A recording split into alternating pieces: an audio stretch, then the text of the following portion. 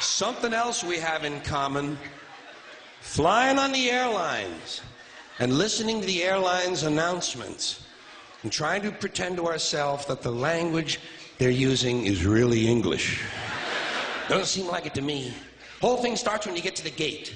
First announcement: we would like to begin the boarding process. Extra word, process. Not necessary. Boarding is enough. We'd like to begin the boarding. Simple, tells the story. People add extra words when they want things to sound more important than they really are. Boarding process sounds important. It isn't. It's just a bunch of people getting on an airplane. People like to sound important. Weathermen on television talk about shower activity. Sounds more important than showers. I even heard one guy on CNN talk about a rain event. I swear to God. He said, Louisiana's expecting a rain event. I thought, holy shit, I hope I can get tickets to that.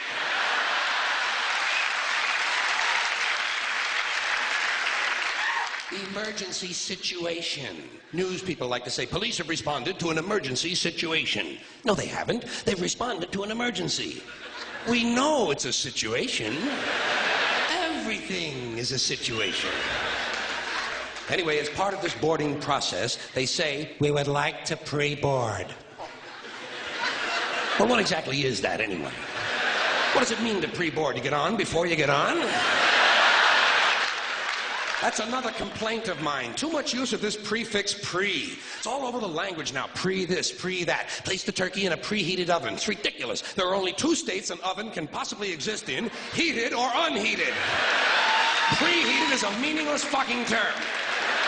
It's like pre-recorded. This program was pre-recorded. Well, of course it was pre-recorded. When else are you going to record it? Afterwards? That's the whole purpose of recording, to do it beforehand. Otherwise, it doesn't really work, does it? Pre-existing, pre-planning, pre-screening. You know what I tell these people? Pre-suck my genital situation.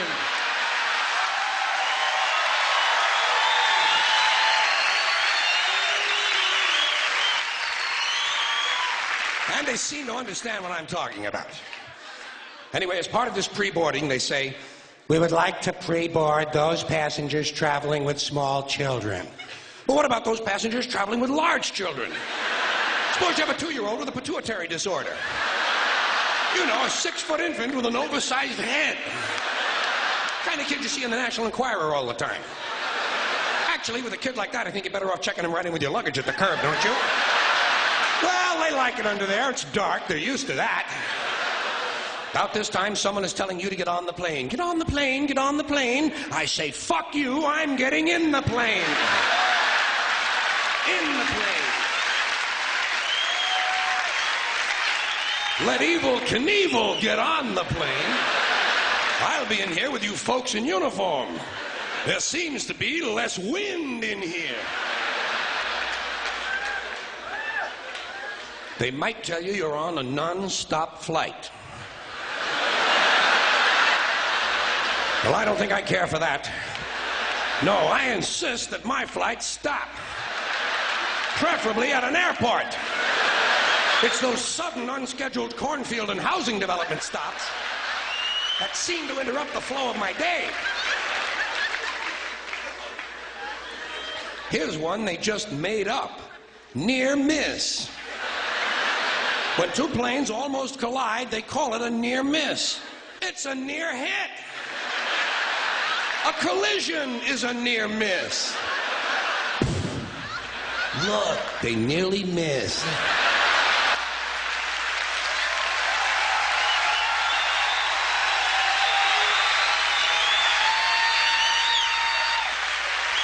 Yes, but not quite.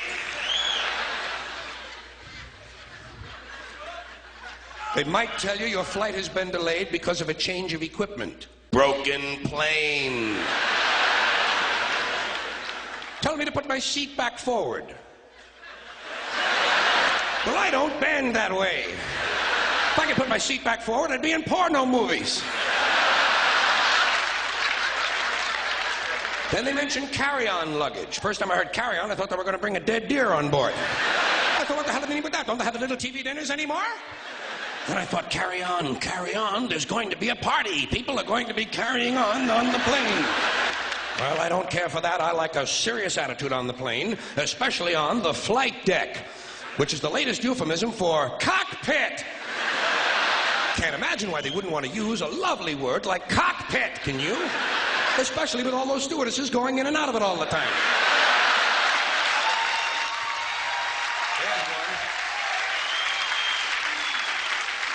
There's a word that's changed, stewardess. First it was hostess, then stewardess, now it's flight attendant. You know what I call them? The lady on the plane. Sometimes it's a man on the plane now. That's good, equality. I'm all in favor of that. Sometimes they actually refer to these people as uniformed crew members. Uniformed, as opposed to that guy sitting next to you in the Grateful Dead t-shirt and the fuck you hat. Who's working on his 9th little bottle of Kahlua, I might add. As soon as they close the door to the aircraft, that's when they begin the safety lecture. I love the safety lecture. This is my favorite part of the airplane ride. I listen very carefully to the safety lecture, especially that part where they teach us how to use the seat belts.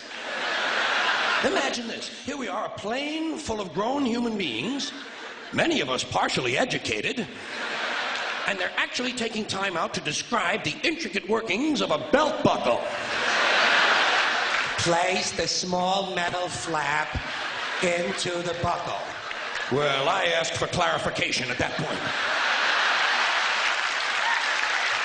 Over here, please. Over here. Yes, thank you very much. Did I hear you correctly? Did you say place the small metal flap into the buckle, or place the buckle over and around the small metal flap? I'm a simple man. I do not possess an engineering degree, nor am I mechanically inclined. Sorry to have taken up so much of your time. Please continue with the wonderful safety lecture. Seatbelt. High-tech shit. The safety lecture continues. The next thing they do, they tell you to locate your nearest emergency exit. I do this immediately. I locate my nearest emergency exit, and then I plan my route. You have to plan your route. It's not always a straight line, is it? Sometimes there's a really big fat fuck sitting right in front of you.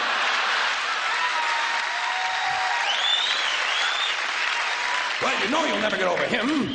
I look around for women and children, midgets and dwarfs, cripples, war widows, paralyzed veterans, people with broken legs, anybody who looks like they can't move too well. The emotionally disturbed come in very handy at a time like this.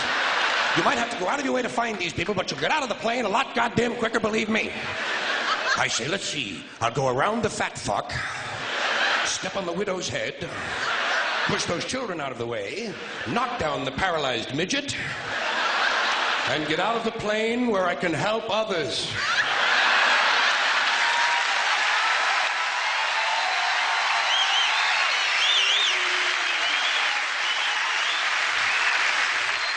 I can be of no help to anyone if I'm lying unconscious in the aisle with some big cocksucker standing on my head.